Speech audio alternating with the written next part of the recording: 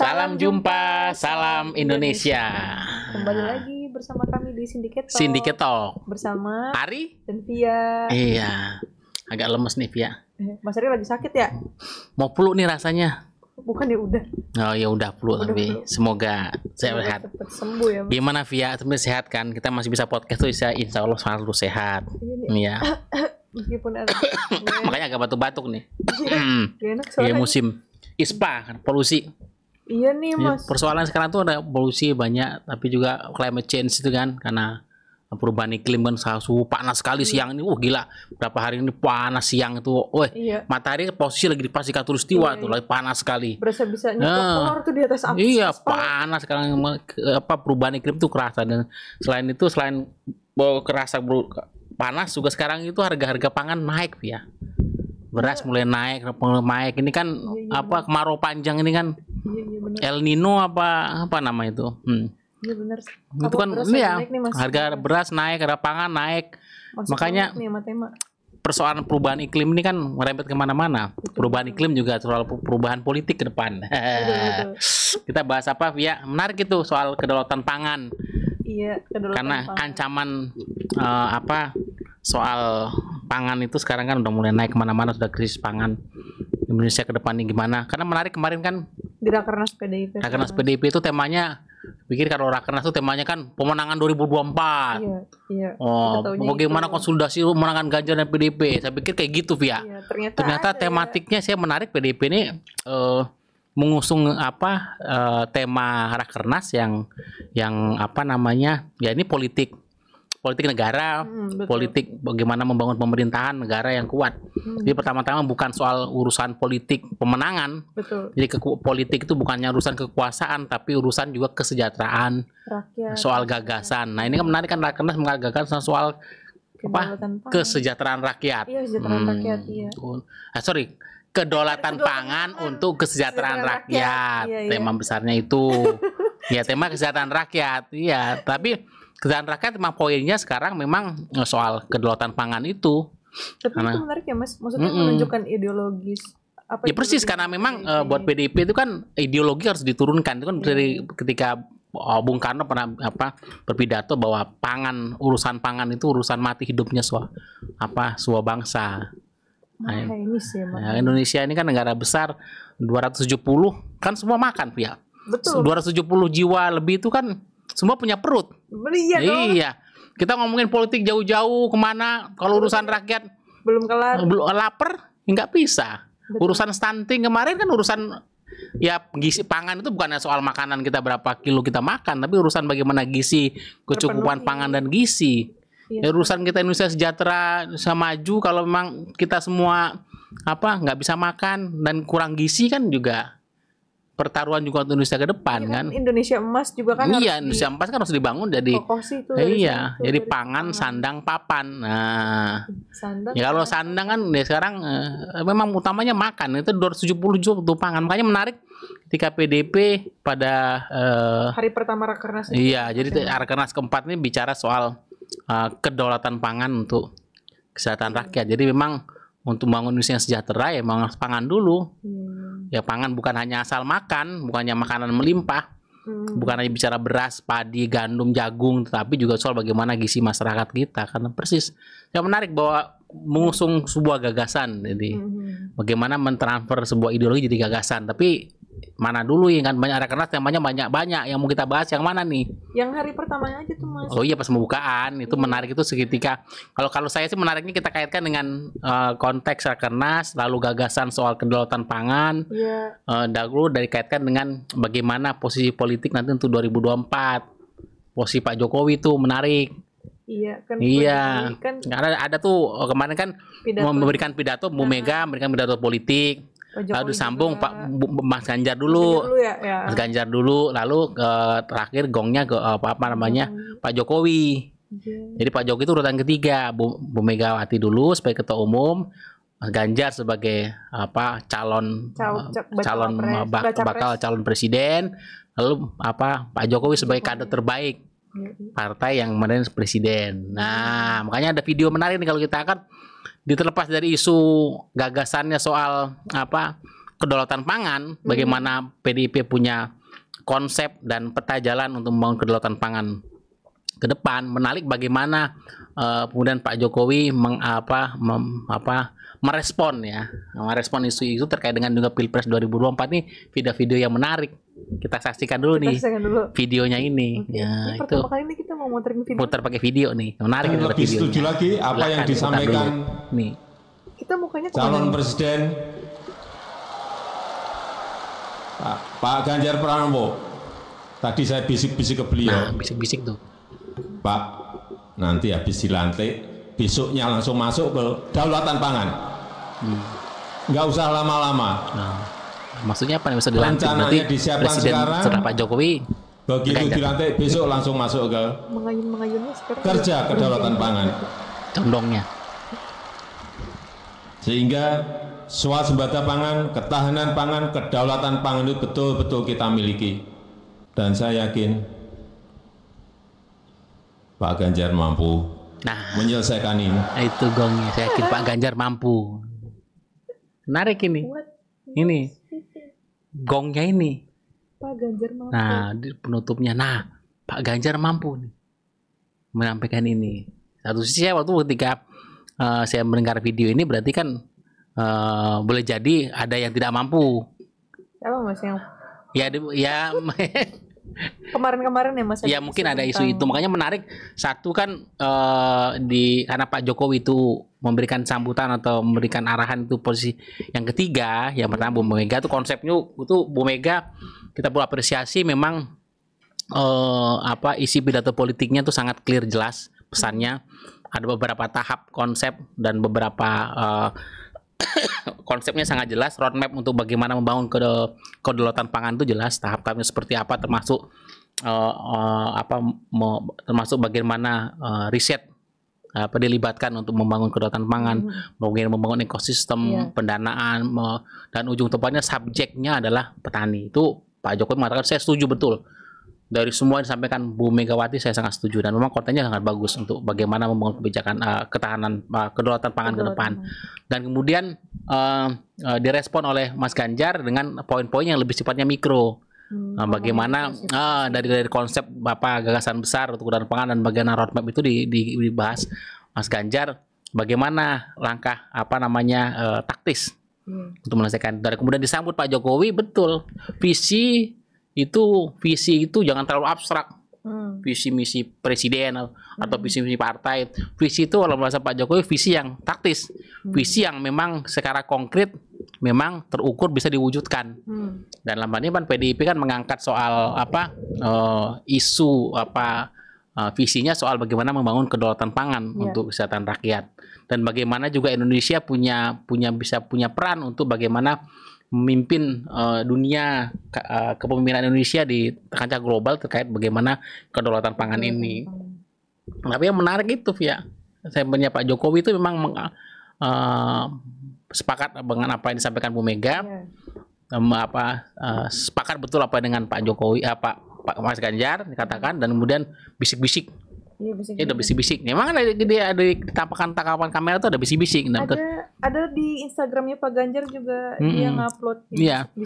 Ketika bisik-bisik itu kan ternyata ya sudah, kira-kira omongannya udah Pak Ganjar nanti kalau tadi diungkapkan di mimbar kan, nanti kalau sudah dilantik menjadi presiden, semua sekarang dipersiapkan soal bagaimana roadmap membangun kedaulatan pangan, kemudian ketahanan pangan, swasembada pangan, kan 3 kata kunci tuh. Swasembada, kita harus sampai pada swasembada pangan ya. Lalu sampai pada ketahanan pangan, baru kedaulatan pangan. Itu kan layer yang swasembada pangan, ketahanan pangan, kemudian bagaimana kedaulatan pangan. Kalau kita udah sampai kedaulatan pangan tuh berarti otomatis ada terjadi ketahanan juga. Bagaimana kita harus bisa swasembada. Itu kalau besok ini dilantik hari ini lahasi kedua langsung tancap gas. Itu menarik sih Mas. Aku ngeliatnya kan Pak Jokowi kan selama ini tampaknya mengayun gitu kan antara Pak Prabowo dan Pak Ganjar. Nah, apakah statementnya Pak Jokowi yang tadi itu langsung mematahkan asumsi buat saya orang gitu? Statement Pak Jokowi sangat eksplisit ya, jelas bahwa saya setuju Pak Ganjar. Jadi 2-1 ketika dilantik besok langsung bagaimana mewujudkan swasembada pangan, ketahanan pangan, kedaulatan pangan. Langsung eksekusi. Sekarang udah kita persiapkan semuanya. Lalu ada yang paling penting, saya yakin Pak Ganjar mampu. Nah ini kan saya pikir Pak Jokowi dari semua forum statement publik ya, di publik yang disampaikan oleh Pak Jokowi di Rakernas PDIP ini statement Pak Jokowi yang paling firm, paling jelas ya, yang memang clear untuk bahwa Mas Ganjar bisa untuk memimpin Indonesia ke depan. Karena memang persoalan pangan ini memang tantangan besar kita ke depan. Soal bagaimana mewujudkan kedaulatan pangan, tapi juga sebenarnya bagaimana membangun ketahanan pangan dulu, juga bagaimana swasembada pangan, bukan hanya swasembada beras. Kalau kita pernah zaman Orde Baru, zaman Pak Harto itu swasembada beras. Semua murah ya? Ya, enggak swasembada, jadi kita bisa mencukupi sendiri beras. Oh iya. Swasembada. Beras, ya. Tapi ini kan bukan hanya beras. Kita tidak bicara swasembada beras, tapi bicara swasembada pangan. Pangan kan bukan hanya beras.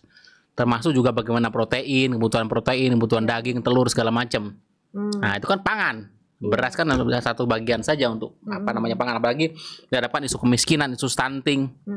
Jadi memang isu yang kemiskinan, lalu kemudian isu pangan itu sangat relevan untuk Indonesia hari ini, dan bukan hanya Indonesia tapi juga relevan untuk dunia. Hari ini kan dunia dihadapi dengan ancaman krisis pangan.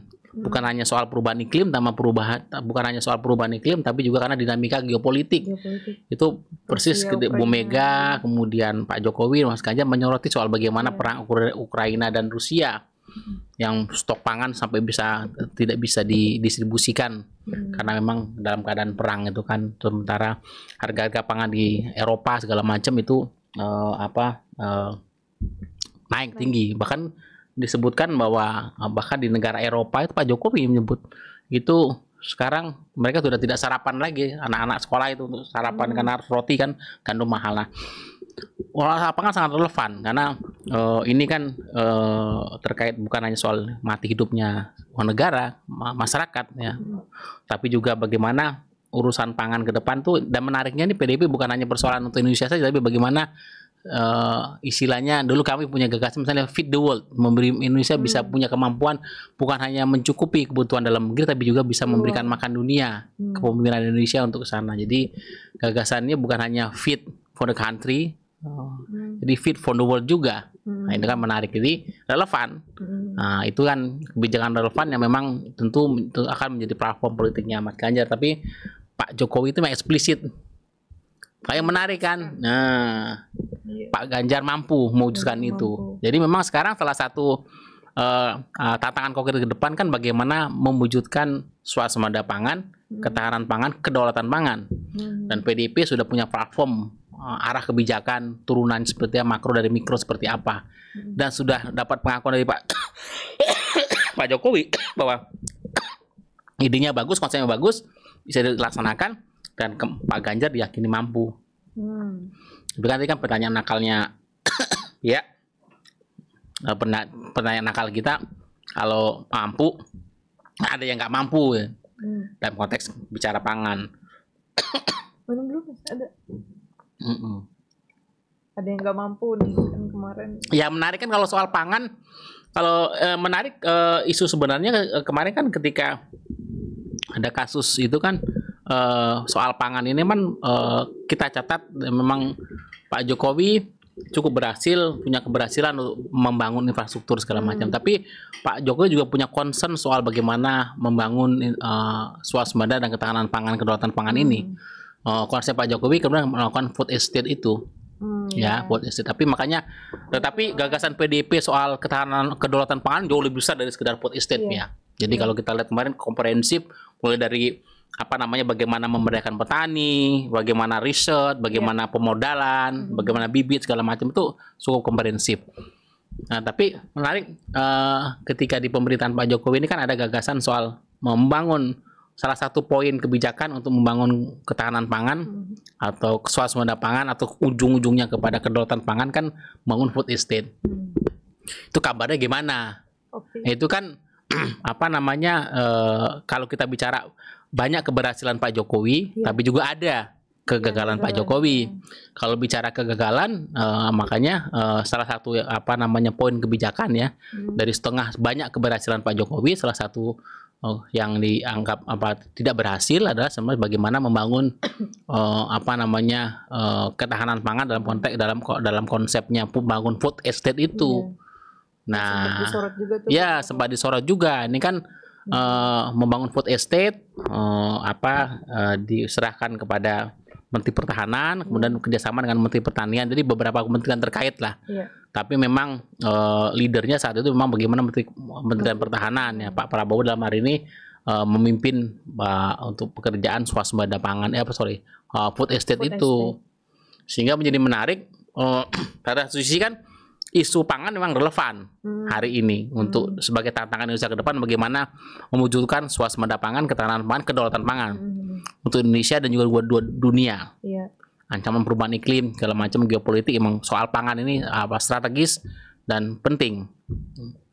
Pada sisi lain, kebijakan atau program Pak Jokowi terkait pangan ini memang kurang berhasil, terutama dalam kaitan dengan program food estate.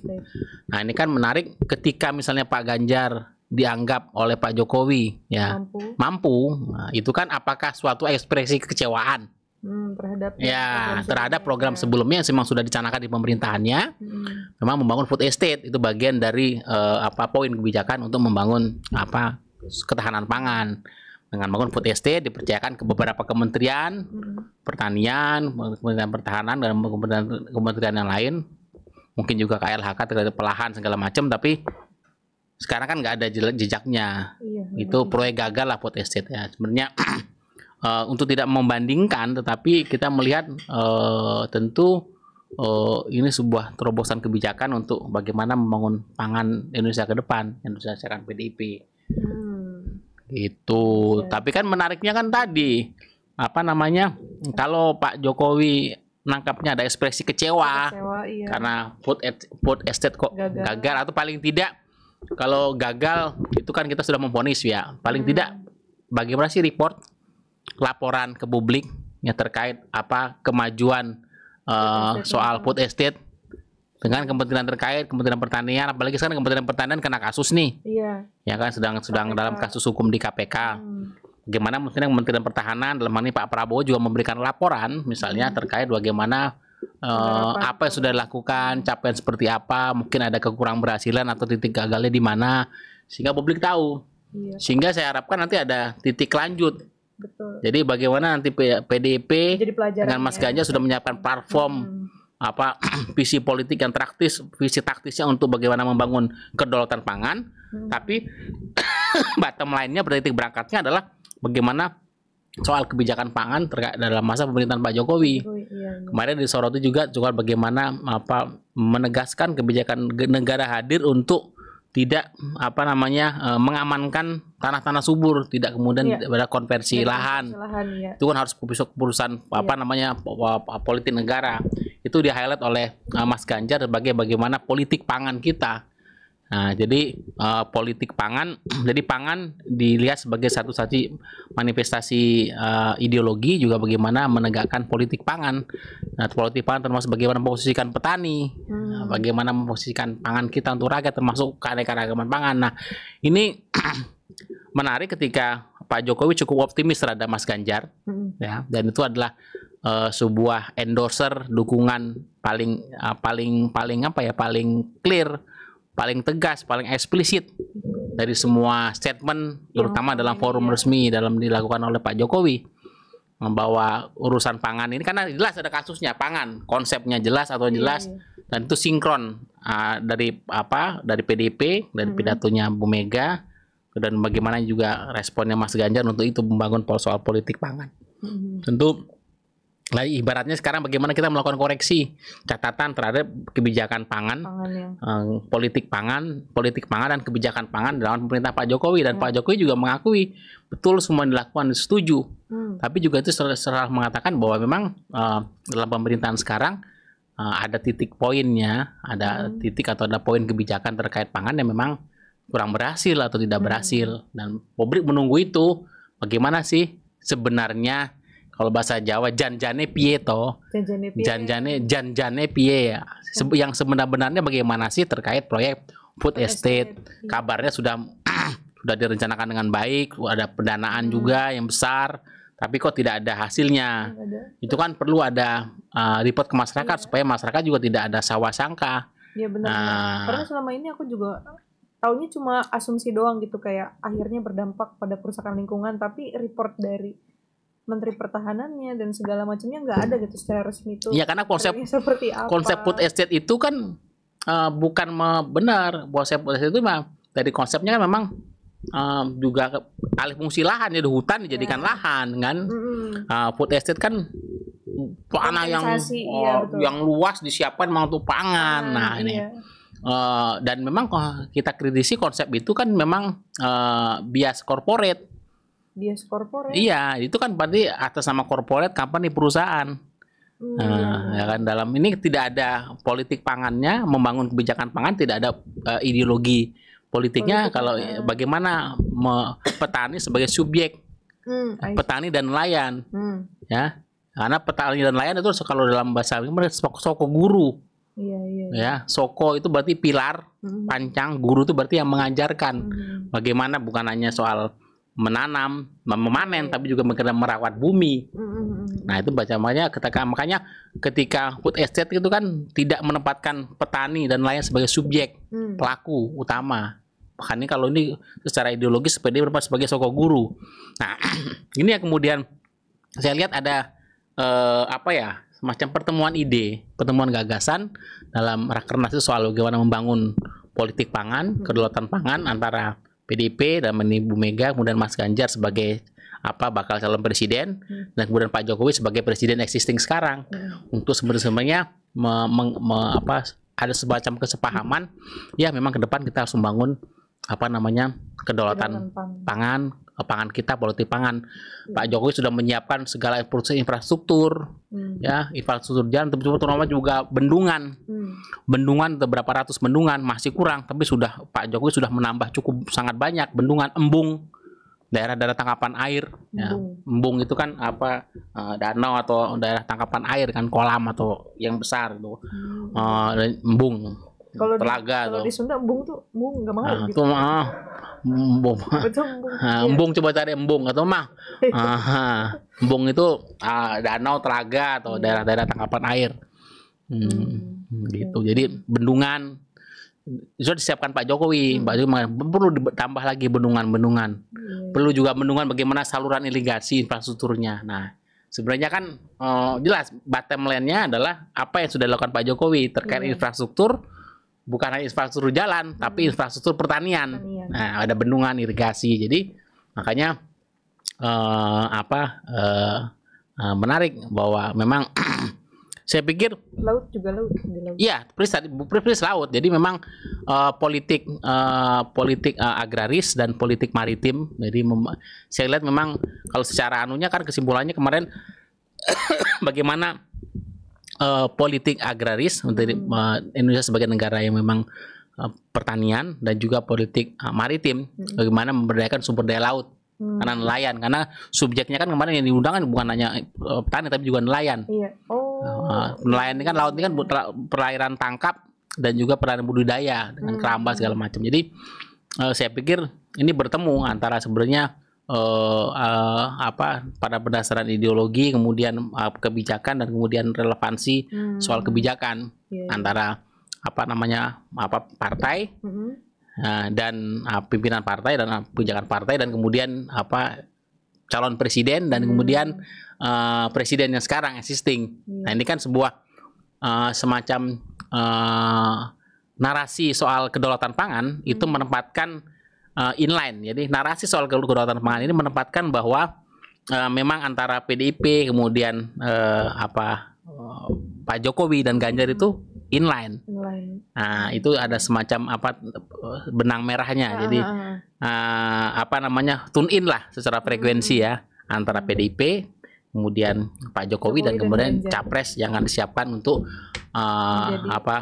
meneruskan Pak Jokowi ini pada 2024. Makanya perayaan nakal kita kan kalau kemarin berhasil di soal pangan, bagaimana catatan pemerintahan Pak Jokowi soal pangan. Nah, soal pangan ini karena memang Pak Jokowi dulu konsentrasinya membangun infrastruktur, jadi ya baik infrastruktur jalan, infrastruktur transportasi, pelabuhan, jalan tol, kemudian bandara, termasuk juga infrastruktur di luar transportasi, infrastruktur pertanian, bendungan, kemudian embung, saluran irigasi. Nah, itu kan juga disiapkan oleh Pak Jokowi. Nah, sementara bagaimana kita mengkritisi soal proyek food estate itu, yang saya pikir itu poin menarik untuk kita tanyakan kepada Pak Prabowo, ya, Pak Prabowo dan Kementerian Pertanian, bagaimana sebenarnya existing sekarang publik butuh sebenarnya dalam konteks ini ya, karena kita ada narasi soal membangun politik pangan, kedaulatan pangan Indonesia, bahkan bagaimana kedaulatan pangan Indonesia untuk dunia, apa yang sudah kemudian yang sudah dilakukan dengan konsep food estate itu, karena memang kalau food estate itu memang saya kritik, memang banyak teman-teman kritik juga soal pendekatannya kan corporate company, tidak menjadikan petani sebagai subjek petani dan nelayan. Karena memang petani dan nelayan itu adalah subjeknya. Kalau ini kan membangun korporasi pertanian itu suatu beda lagi. Nah, bagaimana memberdayakan petani dan nelayan, anunya ke sana. Oke, itu terkait kedaulatan pangan ya Mas. Sama satu lagi nih Mas, ada hal yang aku ingin tanyain ke Mas Ari. Terlepas dari kedaulatan pangan, kan tadi Pak Jokowi kan secara eksplisit ya menyatakan dukungannya. Itu secara etik itu gimana Mas? Apa masih bisa diterima atau gimana ya? Ya, kita nggak tahu habis ini bagaimana ayunan Pak Jokowi ya. Tetapi saya pikir dari dalam kesempatan-kesempatan lain di mana Pak Jokowi memuji, baik itu memuji Pak Prabowo dan memberikan endorse ke Pak Prabowo, kemudian pada sisi lain memuji Mas Ganjar, memberikan endorsement ke Mas Ganjar di forum Rakernas kemarin, itu yang paling ini, yang bukan hanya paling eksplisit, yang paling paling sah. Paling sah dalam arti paling legitim, yang punya legitimasi yang proper, yang layak, pas. Legitimasi karena bicara soal konteks politik pangan. Ada keaktoran atau figur Mas Ganjar diletakkan dalam sebuah narasi, ya, narasi soal kedaulatan pangan, narasi soal politik pangan. Tapi mendukung sebagai capres juga. Iya, makanya endorsement keyakinan Pak Jokowi itu kontekstual. Itu maksud saya, kontekstual, sehingga yang paling sah, yang punya legitimasi karena ada konteks narasinya. Kalau selama ini kan, kalau yang lain kan ya memang itu dalam konteks memang ya memberikan pujian saja, memberikan pujian, memberikan pujian saja, karena memang Pak Jokowi seperti bermain dua kaki, ya memang harus seimbang, menjaga keseimbangan saja. Nah, jadi memang memberikan pujian ke Ganjar, pujian ke Pak ke Prabowo, balik lagi ke Ganjar, balik ke Prabowo. Tapi kemarin itu bukan pujian, tapi pengakuan. Pengakuan, iya. Nah, jadi pengakuan semacam rekognisi, pengakuan bahwa Ganjar mampu. Tetapi kan pengakuan itu juga berangkat dari sebuah pengalaman. Ya, saya sudah mencoba. Pak Jokowi juga fair ya. Di pemerintahan saya di 2 periode saya sudah mencoba bahwa prioritas saya membangun infrastruktur, ya. Tapi saya juga sudah mencoba membangun bagaimana politik pangan. Tapi ya gagal. Gagal bukan karena Pak Jokowi tidak punya visi, tetapi memang karena dalam pelaksanaannya kan sekarang statusnya nggak jelas nih soal food estate. Right. Kalau food estate kan sangat, mohon maaf, itu sangat bukan hanya teknokratis, tapi sangat, food estate itu kan sangat korporat sekali. Ya, sangat kapitalistik lah. Ya. Aku bayanginnya kayak Mas Ari nonton SpongeBob gak sih? Pokoknya kayak Squidward gitu deh. Iya, jadi food estate itu kan dari terminologinya kan ya udah pakai terminologi bahasa Inggris gitu ya. Tapi kan food estate itu kan sebuah real estate itu kan sebuah ya memang bahasanya bahasa korporasi, kapitalistik gitu ya. Yang memang jargonis lebih ke gitu ya. Yang memang tidak membumi, dan itu pasti kan itu membangun membuat Indonesia swasembada pangan, ya. Tapi kan tidak membangun politik pangan, tidak membangun petani dan nelayan yang kuat. Ya, makanya sekarang yang menarik juga kan, makanya orang sekarang kan nggak bangga jadi petani. Anak petani mana? Anak petani nggak mau jadi petani. Aku anak petani. Aku cucu petani deh. Iya, aku juga cucu petani. Tapi petani. Kakek nenekku guru juga. Kakekku petani. Iya. Kakekku petani, ibuku jadi guru. Bapak ibuku, orang tuaku jadi guru. Kakek nenekku petani. Sama. Ya, orang tuaku jadi guru. Nah, sekarang aku nggak mau jadi guru dan nggak mau jadi petani. Ya kan menarik, tetapi kalau kita lihat bagaimana di pertanian di Eropa, di Amerika, di negara maju, ya di Jepang, di Amerika begitu ya, justru petani-petani itu mereka makmur karena memang jelas kebijakan politik negaranya jelas. Nah gitu kan, memang petani-petani mereka karena memang ada apa, bagaimana bertani secara modern, bagaimana pasarnya disiapkan, benihnya, ekosistemnya segala macam. Nah sekarang kan sebenarnya yang menarik dari narasi soal kedaulatan pangan oleh PDIP, kemudian Ganjar dan Pak Jokowi ini, bagaimana ini bisa dinarasikan untuk orang muda bahwa menjadi petani itu terhormat, sesuatu yang keren, menjadi nelayan itu sesuatu yang keren. Karena apa, di negara kita aja petani nelayan cenderung lekat dengan kemiskinan, Pia. Iya betul. Karena memang satu sisi kan lahan garapan mereka, kadang-kadang mereka bukan petani penggarap, tapi hanya petani penggarap, bukan punya lahan. Iya. Nah, tapi kemudian agar jual pertanian juga tidak tidak ada praktik-praktik tengkulak segala macam. Jadi ekosistem pertanian perikanan kita emang tidak berpihak kepada petani dan nelayan, pada mereka adalah pelaku. Bahkan Soko dan gurunya pilar dan transfer nilai dan kemudian bagaimana menarik bahwa ke depan ini, makanya tantangannya bagaimana membumikan narasi soal kedaulatan pangan untuk anak-anak muda, sehingga anak muda ke depan justru mau jadi petani. Anak petani, ya saya meneruskan petani, tapi banyak sekarang anak-anak muda yang memang bergerak di pertanian, ya mulai dari hidroponik, lahan sempit segala macam, yang memang dikelola secara entrepreneur. Jadi bukan korporasi masuk ke dunia pertanian ya, itu bagian dari korporasi, nah Pak silakan ya. Tapi bagaimana petani dan nelayan itu hidup. Nah, dan banyak sekarang petani-petani muda, nelayan-nelayan muda dari generasi milenial Gen Z yang punya pemikirannya justru balik ke desa, mungkin orang tuanya petani, menjadi petani tapi dikelola secara modern dengan manajemen yang baik, apalagi dari infrastruktur pertanian yang baik, ya, keberpihakan pemerintah yang memang berpihak pada petani, sehingga ke depan itu ya menjadi petani itu profesi yang bukan miskin gitu loh. Selama ini kan petani nelayan kan alami. Nah, bagaimana mengangkat derajat petani dan nelayan bukan dengan kita menampung hasil panennya, bukan menggantikan posisi itu, tapi bagaimana ekosistemnya dibangun. Dan itu saya pikir narasi ini menurutku itu kalau bisa dikemas dengan baik, itu akan menarik minat generasi muda. Dan kedepannya Indonesia lebih berpeluang untuk semakin maju ya kalau kayak gitu ya. Ya kita punya tanah yang cukup sangat luas dan masih banyak bisa makanya soal alih fungsi, banyak lahan-lahan subur. Indonesia laut yang luas, negara subur. Karena apa? Kita kan di cincin api, gunung-gunung api, yang itu pasti dananya subur. Ring of fire.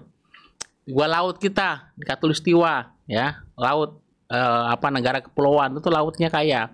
Nah, masa negara-negara seperti banyak negara yang memang bisa survive secara ekonomi dengan bagaimana ekonomi berbasis pertanian dan perikanan. Itu kan tentu menjadi daya tarik atau menjadi daya saing Indonesia. Jadi salah satu kemampuan daya saing Indonesia adalah bagaimana betul-betul menggarap pertanian dan perikanan, pertanian dan nelayan. Makanya secara politik, makanya kebijakan soal atau arah politik soal membangun kedaulatan pangan ini juga semacam refleksi atau juga tamparan kebijakan ya untuk food estate itu ya. Karena food estate itu hanya buka lahan seluas-luasnya lalu bangun. Iya, terus. Ya kan?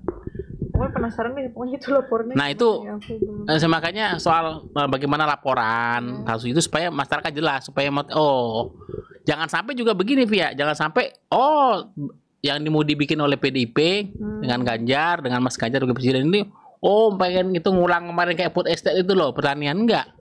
Jangan sampai ada begitu. Jadi harus clear dulu nih. Iya. Secara konsepnya. Secara konsepnya PDIP punya konsep, kemudian roadmap-nya, bagaimana strategi, program dan kebijakan untuk mengeksekusi itu. Bahkan itu sudah dipesankan oleh Pak Jokowi kepada Mas Ganjar. Ingat, persiapkan semua dari sekarang. Nanti di hari setelah pelantikan, hari ini dilantik, besok langsung eksekusi. Bagaimana peta jalan membangun kedaulatan pangan, ketahanan pangan, swasembada pangan. Itu sudah tapi kan juga harus didudukan juga bagaimana apa bedanya politik pangan yang disiapkan oleh PDIP bersama Ganjar sama misalnya konsep membangun pangan secara korporasi dengan misalnya food estate itu. Itu kan udah banyak didengung-dengungkan soal food estate, tapi kan mana? Satu secara konsep berbeda. Secara satu soal subjeknya. Kalau food estate kan subjeknya korporasi. Kalau ini subjeknya adalah pelakunya adalah petani dan nelayan, warga negara sendiri, negara sebagai negara agraris. Bagaimana poros agraris dan poros maritim kan? Kita baru bicara poros maritim tuh Jokowi. Poros agraris juga perlu ini kan dua dimensi, petani dan nelayan ini kan aktor untuk bagaimana membangun poros maritim. Kalau poros maritim kemarin kan hanya bicara transportasinya sih ya. Iya kan? Baru bicara soal infrastruktur transportasinya, connectingnya, bukan belum sampai pada bagaimana mengeksplorasi laut, bukan persoalan hasil tambangnya, tapi bagaimana hasil ikan, perikanan laut yang sangat kaya itu. Bahkan kemarin kan kita sudah punya peta soal bagaimana aplikasi. Misalnya bulan apa, musim apa, ikan apa ada di daerah mana itu sudah. Nah, itu kan ada. Itu kan sudah ada pendekatan teknologi itu. Jadi saya pikir narasi PDIP dalam rakernas soal kedaulatan pangan ini menarik untuk kita challenge dan juga tentu perlu kita bedah juga sebenarnya apa koreksi kebijakan kita terhadap apa yang sudah dilakukan misalnya dengan konsep food estate tadi. Itu perlu dibuka lagi supaya tahu bedanya. Gitu loh bedanya, supaya kalau kita perlu ditahukan kepada publik kalau berhasil bagaimana indikator keberhasilannya, kalau belum berhasil apa tantangannya segala macam apa. Padahal kan itu sudah menubangi pohon-pohon, kabarnya begitu kan, sudah sayang aksi awalnya sudah merusak hutan dulu. Mungkin kenapa akhirnya ada asumsi sekedar merusak lingkungan, ya selanjutnya belum diapa-apain lagi kan? Iya, itu kan ibaratnya kalau kita bicara politik pangan, salah satunya kan bagaimana menjaga supaya lahan subur itu tidak terkena konversi lahan menjadi lahan untuk pembangunan industri, infrastruktur segala macam. Kalau kan ibaratnya ini juga kalau posisi kan alih fungsi juga, konversi hutan menjadi lahan pertanian. Apa bedanya kan dengan dulu pertanian berpindah-pindah, pola bertani yang kemudian berpindah-pindah itu kan mengolah hutan. Petani zaman tradisional yang nomaden itu pindah-pindah. Nah itu kan, tapi kan kita punya lahan-lahan pertanian subur yang memang siap diberdayakan dengan pupuk, lalu bagaimana saluran irigasi yang sudah disiapkan. Itu kan sudah disiapkan Pak Jokowi dengan 2 periode ini untuk bagaimana infrastruktur bendungan, irigasi, dan tentu harus ditambah. Paling kalau salah Pak Jokowi bahkan kita masih kalah dari Cina, kita masih bisa 10 kali, Cina bahkan 10 atau berapa puluh kali lipat jumlahnya. Itu terus menambah infrastruktur pertanian itu, soal bendungan, embung, saluran irigasi. Nah tentunya soal visi yang taktis untuk membangun pangan Indonesia ke depan, tapi juga bagaimana soal koreksi kebijakan tadi yang saya pikir supaya publik tahu mana yang perlu diperbaiki, mana yang perlu diperbaiki biar jelas. Ya jangan-jangan sebenarnya yang dimaksud Pak Jokowi itu politik pangan membangun karena Pak Jokowi menekankan swasembada pangan, ketahanan pangan, kedaulatan pangan itu suatu kan itu levelnya kan swasembada pangan kan cukup dulu tuh swasembada. Lalu dengan swasembada kita punya ketahanan. Ya.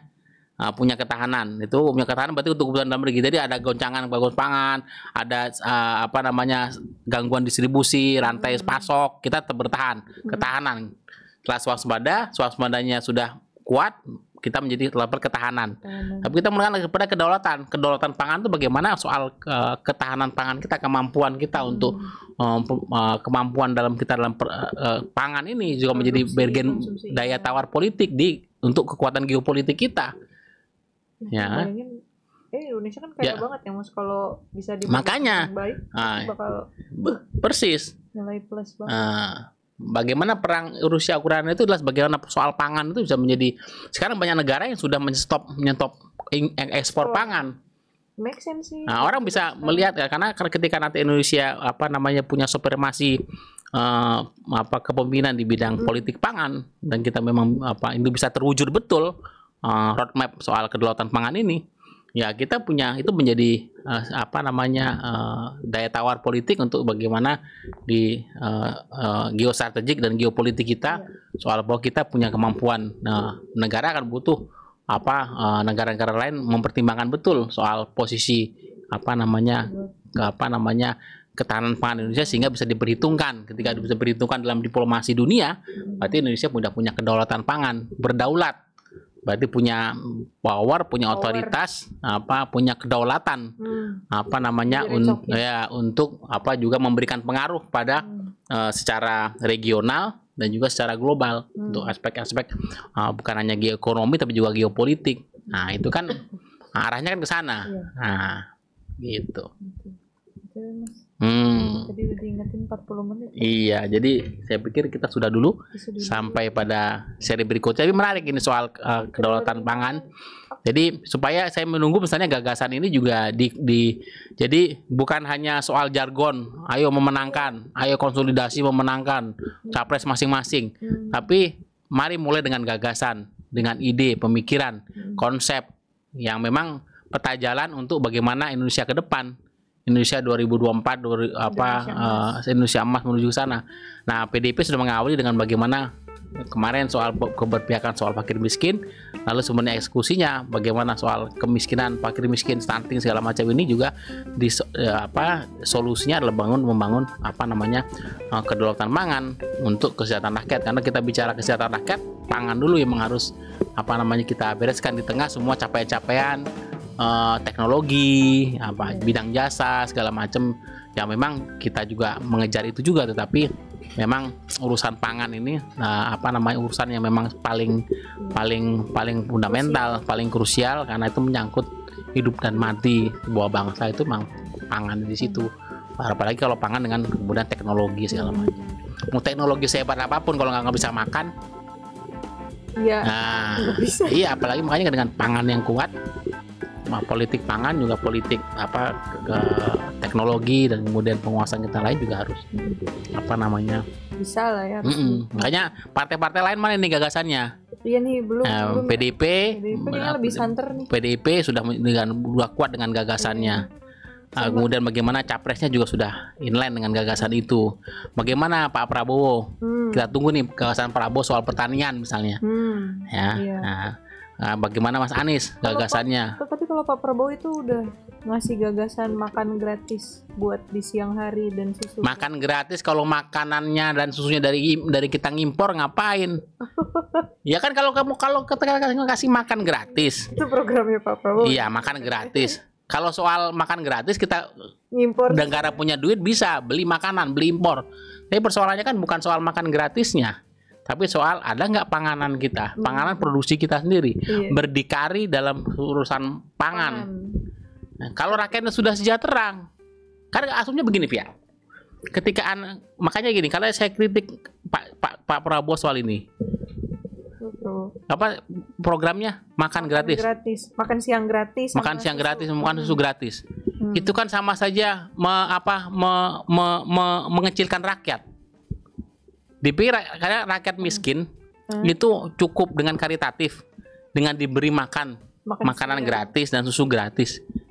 Enggak sih. Ya kan rakyat bukan hanya butuh disuapin, dimakanin, butuh dikasih kail. Jangan memberi rakyat ikan. Jangan hanya memberikan rakyat makan, berikan opportunity, berikan kesempatan. Ya kan, memberdayakan mereka. Sampai kapan negara memberikan makan gratis? Dan nggak ada negara yang memberikan makan gratis, Via. Tetapi negara memberikan pekerjaan. Iya. Ya, sehingga rakyat bisa mempunyai daya beli untuk membeli makanan. Ini kesempatan kerja diperluas. Iya, kesempatan kerja. Ini kan memanusiawi. Kalau mohon maaf, kalau berikan makanan gratis itu gratis kan namanya mohon maaf tidak memanusiawikan warga negara. Bahwa warga negara rakyat punya power, punya opportunity, ya, punya level untuk dinaikkan, ya kan? Makan siang gratis. Ya makan siang gratis, iya. Ya sepintas rakyat senang makan gratis. Tetapi kalau itu benar, misalnya kamu, ya dikasih makan gratis. Kalau kamu kantor ini kerja sekolah sih. Lo anak sekolah. Iya, sekolah. Misalnya kamu anak sekolah dikasih makan gratis. Awalnya senang. Lama-lama kan emangnya gue nggak bisa menunya makan. Apa ya? Bukan soal menunya. Emang saya nggak bisa beli makan sendiri.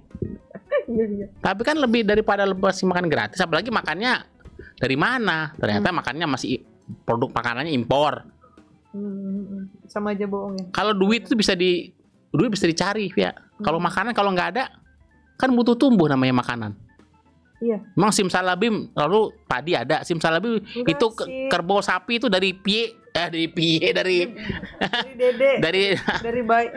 Kalau sapi pedet namanya dari anak sapi langsung besar gitu kan nggak bisa. Nah, produk pertanian kan butuh tumbuh. Kalau butuh waktu. Dikarbitin nggak bisa. Nggak sapi disemprot gas lalu tiba langsung ayam semprot gas langsung bisa disemprot langsung ayamnya dari ayam chicken langsung jadi hen gitu kan jadi ayam jago kan nggak butuh tumbuh hidup kan. Makanya bicara memberi makan gratis itu buat saya ya itu jargon kampanye yang memang hanya menyenangkan rakyat sepintas tapi sebenarnya menistakan rakyat ya. Sepintas menyenangkan rakyat kasih makan gratis mahasiswa ya. Tapi kan menistakan itu ya, rakyat, apalagi mahasiswa. Emang saya nggak bisa. Nah, mohon maaf di luar negeri itu misalnya mahasiswa diberikan kesempatan kerja. Ya kan? Kerja di kampus segala macam, magang kesempatan di mana dia punya kemampuan daya beli, dia bisa beli. Bukan dikasih susu gratis makan gratis kalau di asrama ya bagian dari. Tapi kan kalau negara mengurusi itu semua justru memberikan kesempatan kepada rakyat untuk punya daya beli untuk membeli makanan yang layak. Tugas negara kan menyediakan bagaimana pangan tersedia dan terjangkau. Ya. Dan terjangkau bukan? Iya, bahan pangan tersedia dan terjangkau. Ya, bukan makanan rakyat. Tapi kan menciptakan ekosistem supaya rakyat punya daya tumbuh ekonomi gitu ya. Itu berarti peluang kerja itu justru lebih memberikan peluang kerja. Ketimbang makan gratis itu. Ya. Kalau makanan gratis ya, apalagi buat mahasiswa ya. Ya, sepintas mahasiswa senang. Tapi kalau saya mahasiswa, saya bisa Pak. Saya misalnya jadi asisten di lab atau saya bekerja paruh waktu part time di kampus. Saya bisa kok. Malah saya membanggakan saya kan. Yang penting kan bagaimana pangan itu ada, tersedia dan kemudian terjangkau. Jadi memang persoalan ketersediaan pangan, akses pangan itu kemudian terjangkau. Itu kan soal bagian politik pangan oleh negara. Negara hadir dengan politik pangan yang berpihak pada rakyat. Terutama tadi pelaku rakyat. Pelaku dalam pertaniannya adalah nelayan petani. Nah, makanya kita tunggu gagasannya bukan hanya dari capres lain, dari partai lain. Untuk gagasannya bukan hanya soal jargon dan janji manis. Betul. Tetapi memang janji yang memang yang educated, janji yang memang punya ukuran pencapaian dan punya keberlanjutan yang sustainabilitas gitulah. Kan orang yang pemilih yang cerdas dan kritis tahu memilih mana negara memang menegakkan membangun kedaulatan pangan ya. Visi misi negara harus hadir untuk bagaimana pangan punya politik pangan yang kemudian bagaimana memajukan petani dan nelayan daripada misalnya kita bandingkan ada kebijakan yang soal memberi makan dan susu gratis Ya, itu mana yang buat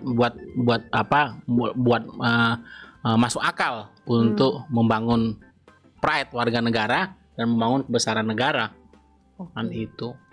Kadang-kadang kan janji manis kadang-kadang membunuh ya. Iya, aku nggak percaya janji. Apalagi janji politik. Tetapi kalau ini kan bukan janji manis, tapi ini kan menawarkan sebuah konsep kerja bersama, gotong royong kita membangun, gitu loh. Makanya kita tunggu nih gagasan-gagasan gagasan-gagasan lain soal bagaimana. Oke, ini baru pangan. Nanti bagaimana soal sumber daya manusia? Hal sumber daya juga terkait dengan pangan. Bagaimana soal pendidikan dan sumber daya manusia? Bagaimana teknologi, digital, transformasi digital itu gimana?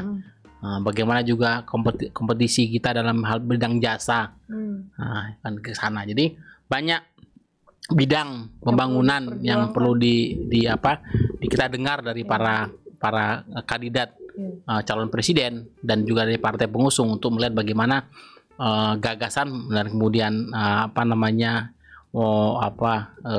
programatik dari para capres dan partai-partai ini juga bisa menjadi insight untuk masyarakat juga, mendidik masyarakat, bukan hanya memberikan janji-janji manis belaka, tapi sebenarnya di situ malah menjebak, bahkan mengerdilkan masyarakat. Kita berharap dari partai lain dan capres lain, kita tunggu nih gagasannya. Kalau PDIP punya gagasan soal kedaulatan pangan, bagaimana dengan Prabowo dan Gerindra? Bagaimana dengan Nasdem dan dengan Anies Baswedan? Nah, ini bagaimana kita supaya publik tahu nih gagasannya. Nanti coba kita bandingkan bagaimana gagasan soal pangan, soal teknologi, soal pendidikan, soal sumber daya manusia, soal yang lain yang memang bisa kita bandingkan, sehingga nanti kita memilih pilihan yang memang punya rasionalisasi secara cerdas dalam berpolitik, dan juga kita punya sikap kritis untuk melihat siapa calon presiden yang memang kita pilih dari partai mana yang memang akan mumpuni dan baik untuk Indonesia ke depan. Mas? Terima kasih. Udah nih Mas. Saya sudah makin ini nih. Sudah semakin batuk-batuk. Oke, baiklah. Terima kasih banyak ya teman-teman semua. Terima kasih juga nih Mas Arif. Terima kasih. Mohon maaf kalau saya agak bindeng karena mulai enak tenggorokan, mulai flu. Bilang. Kita dadah dulu Mas. Iya. Terima kasih banyak. Ya. Sampai jumpa. Salam Indonesia.